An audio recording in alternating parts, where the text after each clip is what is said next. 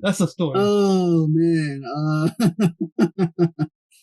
Yep, I've kept up with Kingdom Hearts. I was the weirdo who would go out and buy a brand new console just for Kingdom Hearts. You tell me I need a Game Boy Advance, I'm getting a Game Boy Advance. PSP, no problem. Nintendo DS, of course. 3DS, it's the only game I had for it. I bought a PlayStation 3 with the hopes that Kingdom Hearts 3 was going to come on. It never did. Yeah. I lay on the scare, you gotta glow. You gotta glow. She had my attention, she gotta know. I'd like to welcome everyone to another episode of the Let's Gather podcast. I'm your host Zeke, and in this episode I have Raiz Arts to speak about being an artist. You can find more information about him by clicking the link in the description below. I'd like to leave a content warning if you're trying to use this episode, and hope you have a nice day and enjoy the show. I'd like to welcome you to the podcast. Yep, happy to be here. Thank you for joining, and I'd like to give you a chance to introduce yourself to the audience. My name is Raiz Arts. I'm a digital freelance illustrator who specializes in anime style art and design. I mostly do commissions, but I also do teaching, and I'm finishing up the first chapter of my comic this month. Nice. Yeah. Cool. So we can start with the basic question. So what kind of got you into the designing and art? So I've been drawing ever since I was 4. I'm 32 now. The very first thing that I drew was Sonic the Hedgehog, and so kind of stuck with it ever since then. I've had one goal in life, and that was to become a cartoonist, and yeah, was able to get it done. So, Nice. So I was reading your bio and saying how you was inspired by Fullmetal Alchemist, Kingdom Hearts, and Sonic the Hedgehog. So what kind of like aspects of each of those three that you take into your designing? I'd say that my characters are sorry about that. I say that my characters have Sonic style exaggerations in the faces and in the way that they express themselves.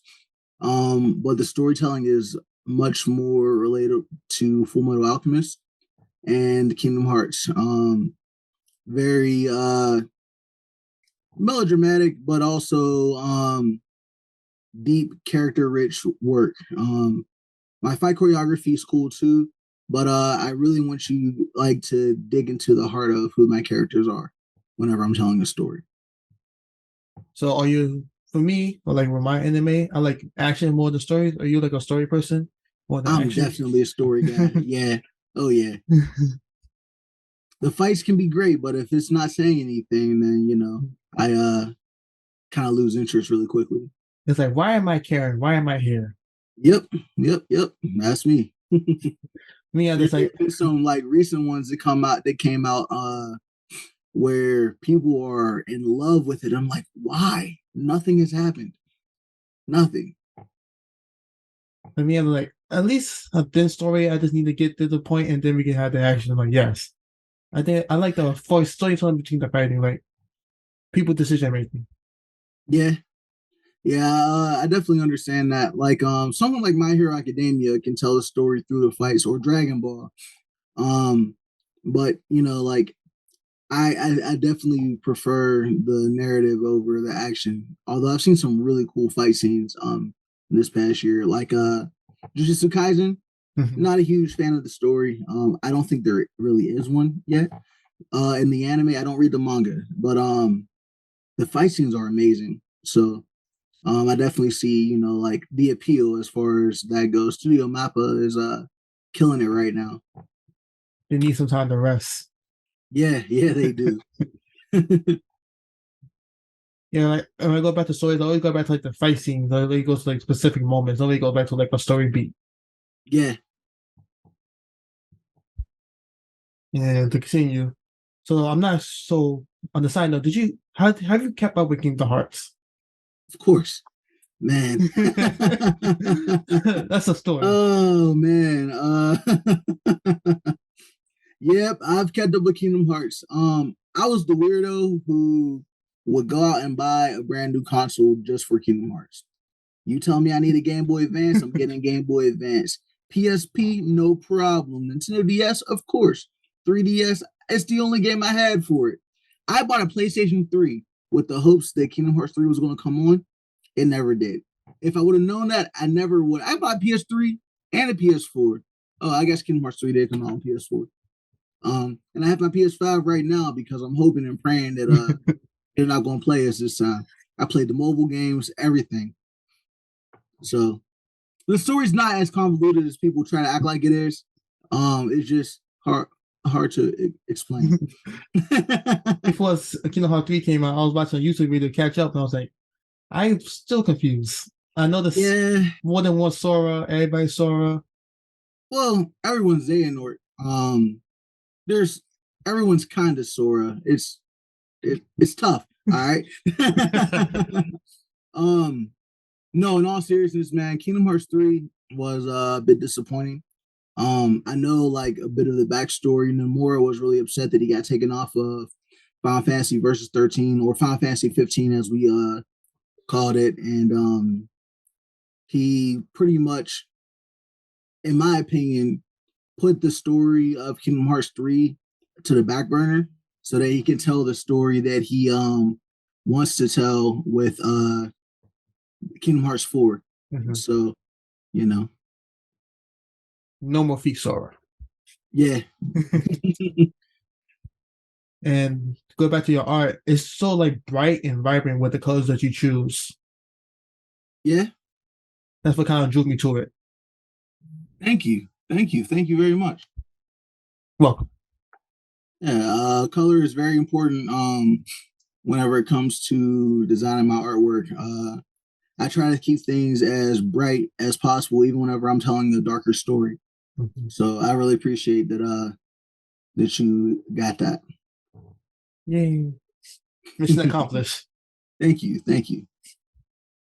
And what kind of kept you going through like designing and creating over these years? Well, I am very, very stubborn.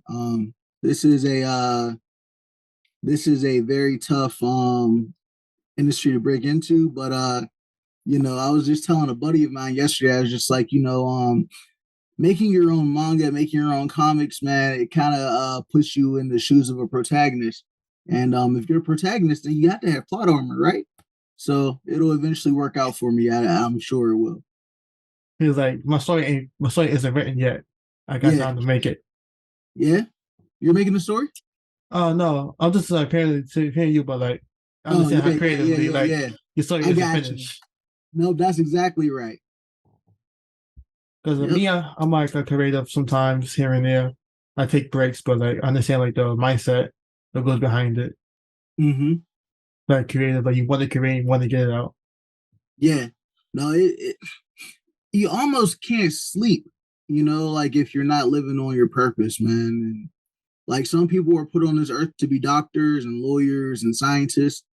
I was put on this earth to create, and I really don't think that I'd be able to live my life the way in which would bring me true fulfillment, without bringing that to the light. And the people in your life, did you have to convince them into it, or they were just like they seen it as a child and like keep going? So my art journey is actually pretty funny. Like I said, I've been drawing since I was 4 years old. I live in Pittsburgh, and I didn't really go to like art school or anything like that here. I ended up moving to North Carolina when I was 11, and I got put in an art school, and we're like, I was the big kahuna in Pittsburgh at the time. In Charlotte, in an art school, like with people who also are like me and creating every day, I was a minnow, man. I was a baby fish in a big ocean, and I had no idea. I didn't really realize, like, I was like Frieza in a lot of ways, right? Like, I didn't realize the importance of training until I met some real Saiyans out there. And I went to art school for 2 years and then moved back to Pittsburgh, and it like put a big fire underneath me to do well and make sure to do the things I say I really want to do, despite the competition out there. I'm really big on anime where there's like a rival or like a character to go against. So like this Naruto Sasuke thing was like huge for me. Sora, Riku, amazing. Goku, Vegeta. I've had several rivals and several people in my life to kind of help push me forward. And I've had a lot of mentors as well to kind of keep me in the right mindset as far as this art game goes. And now I'm kind of at a stage where I know that my artwork is great. I know that what I'm doing is amazing. I just have to do it my way and be confident that that's enough. Yeah. He's like the guy who goes to the league and everybody's nice. He's just like, oh. Yeah. Yep. That's exactly how it is. You come from hometown, everybody's from their hometown, number one. Mm-hmm. Yeah, and it's weird how that works, right? Like, it's like there's no one else that does what you do until you get around and move a little bit. And so, I'm really thankful for that opportunity because I'm thankful for the opportunity to be the big shot, but I'm also really thankful for the opportunity to understand how small I really am because it gave me the confidence and the understanding that I needed to be able to push myself and be a self-starter. But then it also grew me into someone who gets to see reality for what it is and figure out how to make your own mark without beating yourself up too much too. And I don't think I'd be able to do that if I didn't have the confidence, some would say arrogance, that I had when I was a kid. And then you kind of need some arrogance, like after you say like you need that belief, like I'm going to do it because you look at the odds, that's not in your favor, and if you just sit there and think about it, you're going to be trying to strategize instead of just doing. Yep. I met this guy. It's kind of like a big brother to me. Mike Smalls. He's a fitness trainer, and one of the things that he says all the time is progress over perfection. And I didn't really get why that was important, but consistency beats talent any day, And so I was really thankful to kind of learn that lesson as well. Hard work beats talent when talent doesn't work hard. Yeah. Yep. That's absolutely right. There are so many people that I'll meet and like, oh yeah, I can't draw, I can't do this, I can't do that. And it's like, well, how much do you want to draw? Is it something that that is truly a passion for you? If it is, start practicing today. Do it again tomorrow and the next day. Keep showing up, and eventually your skills will sharpen up. Yeah, just not everybody. Some people start ahead, but they're not the best. It's just like it flows for them, and then they start to put the effort into make it better. Mm-hmm. So when you're creating, how does it feel when you're creating? It feels like I'm being pulled into another world. It's really interesting. Like I'm the author, I'm the creator, I'm the guy who's putting everything together.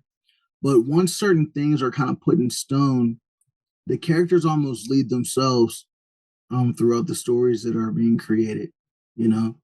Like I'm just a conduit. Like I was telling my fiance, because she's like, well, why don't you do this and why don't you do that? And I tell her, I'm like, hey, I can't just make these guys do whatever I want them to do just because I made them. Like they have character personalities and things that would only work for them, And so I kind of build a story around that. Do you ever have to think about plot holes? Because you watch anime and read manga, like you're familiar with the medium. Do you ever have to be mindful of the plot holes just in case? Yeah, absolutely. Have you ever seen the anime Bakuman? Not Bakugan, Battle Brawlers, but Bakuman. Nah. It's by the creators of Death Note. It's about a. Oh, I heard of it. It's that they make a manga. Yeah. Their goal is to turn their manga into an anime. And the artist, his goal is to turn into an anime so that he can get married. He met this girl in middle school, and they vowed that they would get married after they made their dreams come true. And the author, he just wants to really make an anime. And so, on top of learning the hard work of making their own manga, along the way, they gained a whole bunch of new rivals as well as friends. And those friends really helped them along the way.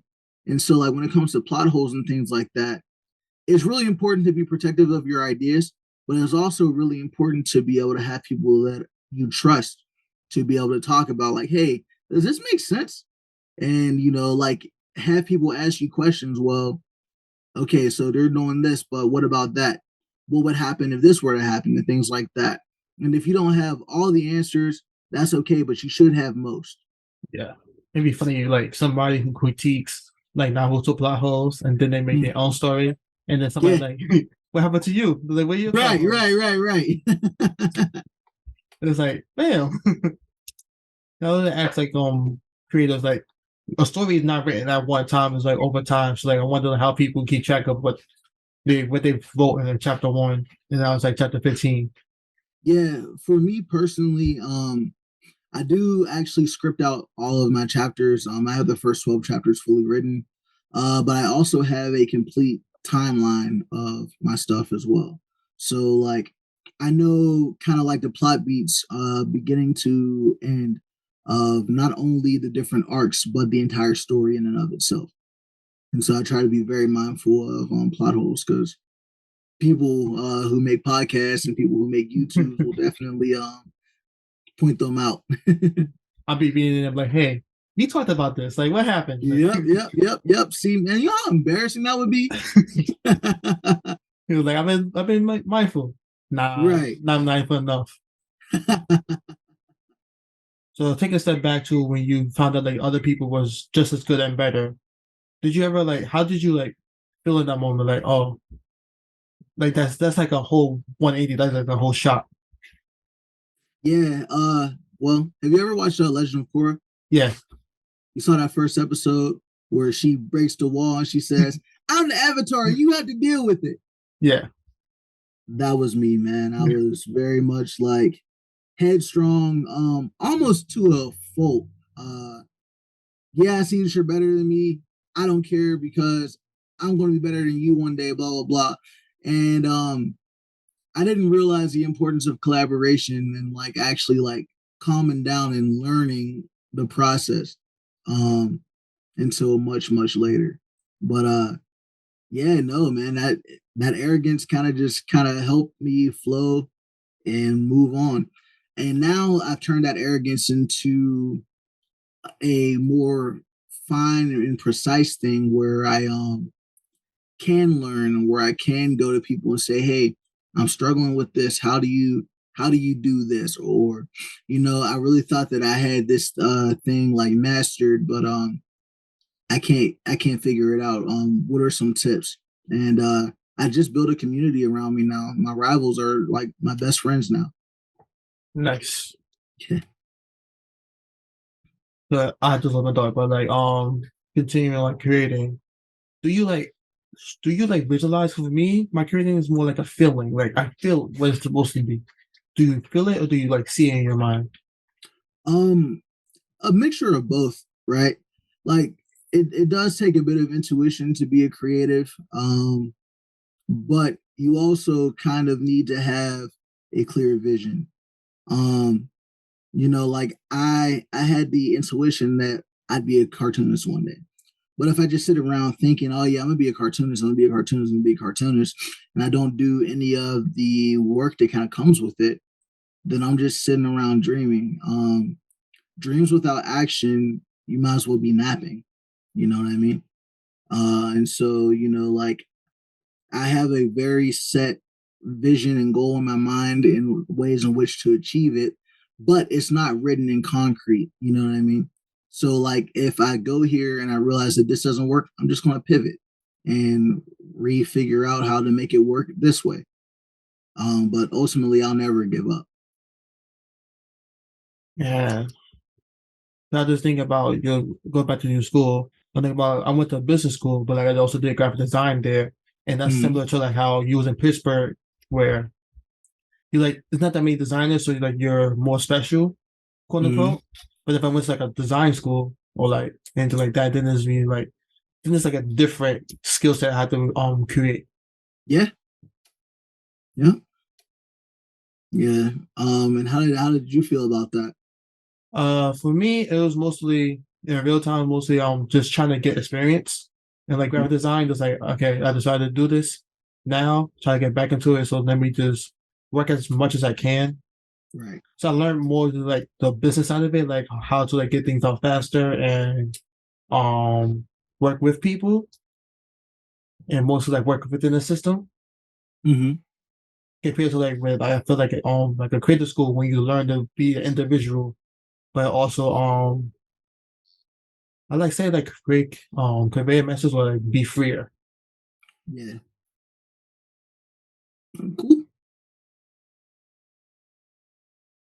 This is like when Dad said incredible was everybody special, then nobody special. Yep. Yeah. Yep. Yep. Syndrome said that, not Syndrome. Dash. Oh, okay. Yeah. But that man, yeah, that's very true. But I'm gonna be amongst the special ones. Just watch. Yeah. There's always that one. There's always that 0.0001%. You got this. Man, it's 99% in my world. For me, speaking exclusively. So to now pivot into like you're on the different boards, you're like teaching art. How's that going? Great. Um, it was actually something that I never saw in the cards for me. Um, so I guess before I get into teaching, let me kind of tell you how I got here. Yeah. So it was 2021, COVID, and I ended up getting the virus. And as like everybody knows, like this wasn't like, oh yeah, you get COVID, go to sleep a couple days, go back to work. Like this was still new COVID. Like I think I'm going to die. You just like, man, all that Yeah, hard work. right. And so like this is, before the vaccine or like right as the vaccine was coming or whatever.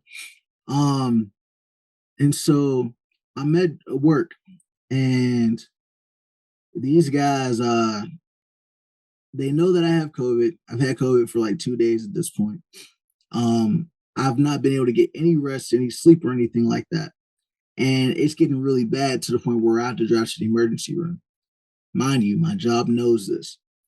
And so I'm in the emergency room waiting area, and I'm answering emails, I'm responding to phone calls, I can barely breathe. I'm setting up meetings so that like I can figure out whatever is going on. And then I just stop. I'm like, these fools are really gangsters for real. They got me out here doing all this stuff to bring all their dreams to life. And if I were to die in this hospital room, I'd be replaced next week. If they can take their dreams and exploit me, and if the entire world can shut itself down, I can at the very least bring my own dreams to fruition. And so, like I already had some money saved up. So I quit my job, gave them a 2-week notice, whatever. And I think I had like 6 or 8 months worth of bills, worth money saved up, paid all my bills up front. Um, Quit my job on a Friday, and I ended up getting my first comic gig on that Monday. They didn't know anything about me quitting my job or anything like that. It was like God, like really just opening up, like smacked me on the back of my head and said, "About time, dummy." And I worked with Yona Harvey. She's a professor at Pitt University, but she also wrote the first chapter of Black Panther: World of Wakanda. And so she asked me to be the artist for this horror story that she was writing called Something in the Water. And it got published in the Deadbeats anthology. You can actually look that up online if you want to see my work. So that was my very first like printed comic in other people's hands. And ever since I've been just doing commissions. And so one day I ended up getting a phone call. Hey Ray, did you think about teaching? So no, not really. I'm trying to get my comic out. And you're like, okay, well, we think you'd be a great teacher. You already, you're already a full-time artist. We really think that, people would be inspired by that. I was like, okay, well, sure, I'll try it out. And so I ended up teaching at a private school where my there was a woman who created the curriculum, and I would just teach her curriculum. Well, um, the curriculum actually didn't have everything for digital arts. It was all for traditional. But a lot of my students had iPads. So I made some changes to the curriculum with her permission, of course, and started teaching the kids like how to use Procreate and Clip Studio Paint, things like that, and how to build their own comics and character designs off of that. And it ended up snowballing into now I have my own curriculum and I'm going to schools, like without the third party and serving as a contractor at various schools. I have 3 schools under my belt right now, adding 2 more this spring, and I'm teaching 3 summer camps this in summer 2023. Nice. Yeah. Yeah. So break that down. So like you kind of had that realization, like I'm just replaceable. This isn't it. I got one life. Mm-hmm. Might as well just do something I like. Yep, that arrogance kicked in, man. It said, y'all gonna exploit me?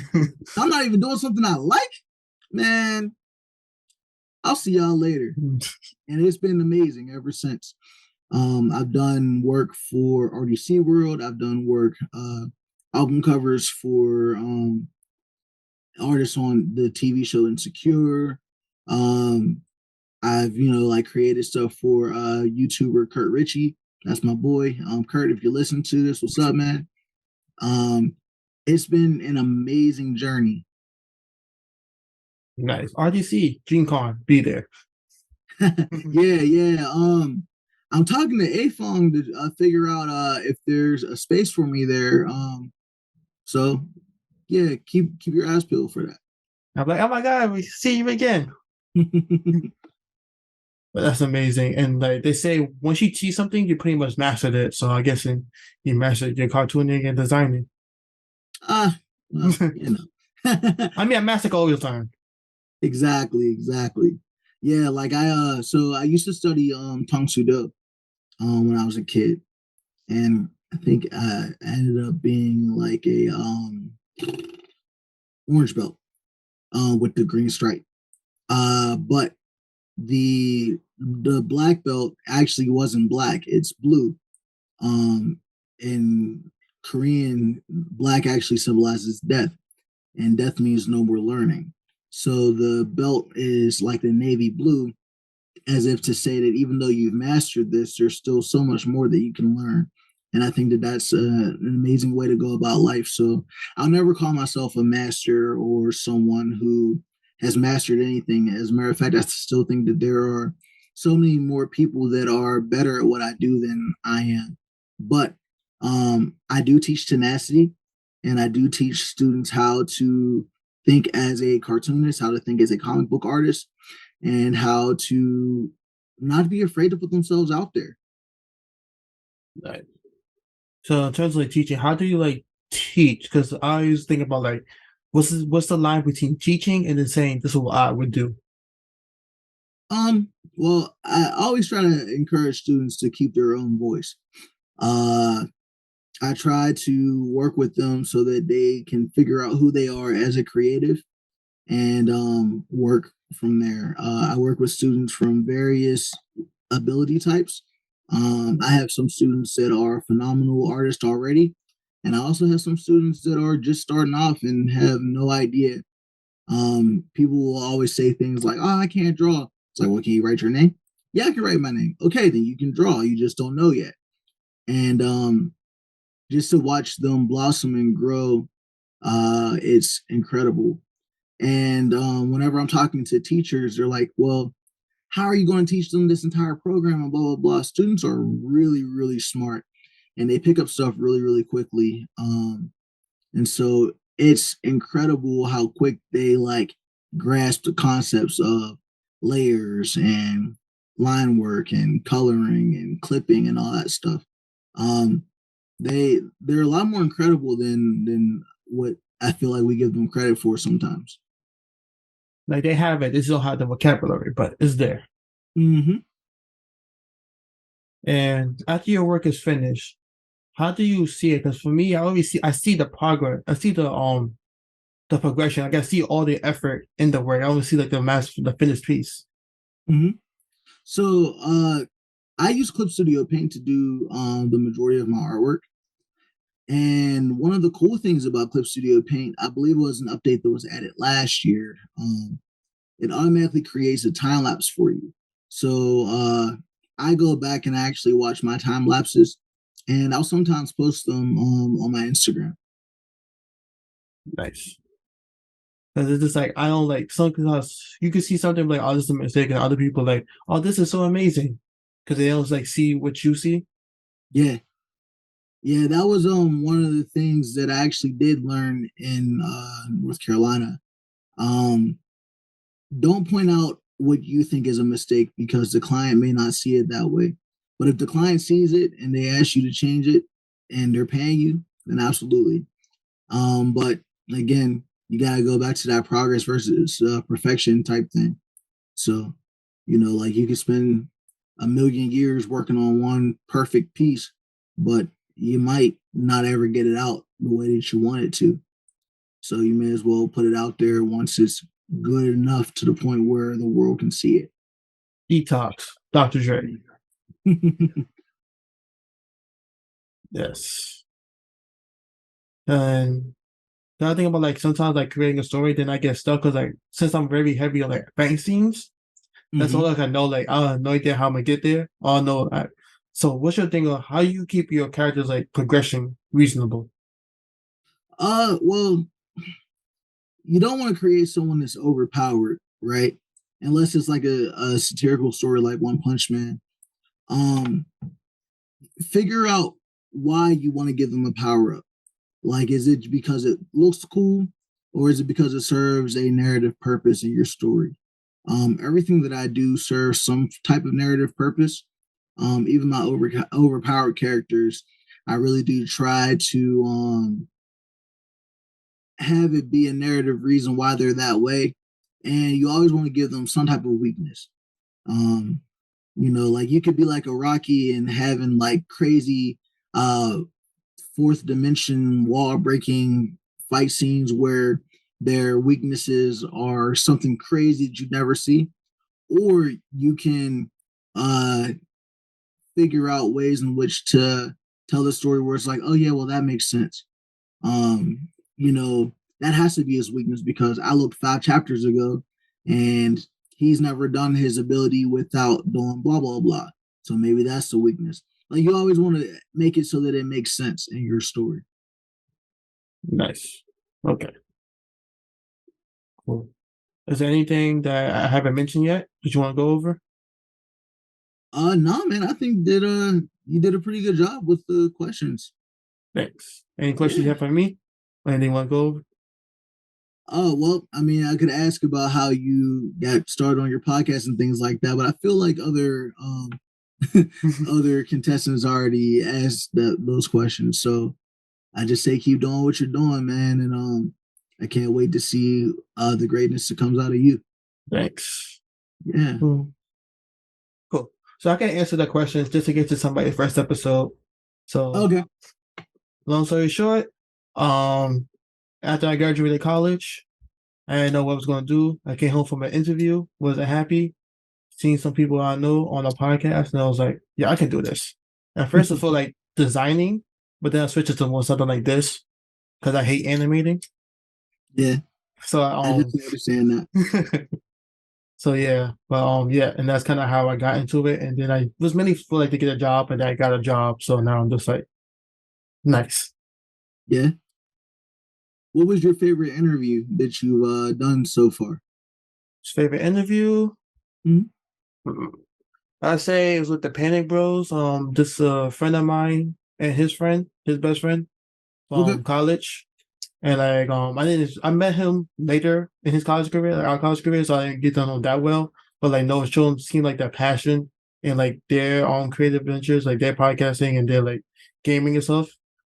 And it was like, oh, there's other people like me out Yeah, there. yeah. Man, that's really cool. It's just Well, like, yeah, man. Like I said, you're doing something really awesome, man, and your podcast is pretty cool. So can't wait to see further episodes from you. Um, thank you for having me on. mm-hmm. You know, do you have anything else for me? Where can people find you? Yeah, so you can find me mostly on Instagram, Raiz Arts, RAIZ_ARTS. You can also follow me on Twitter. That's Raiz Arts, all one word.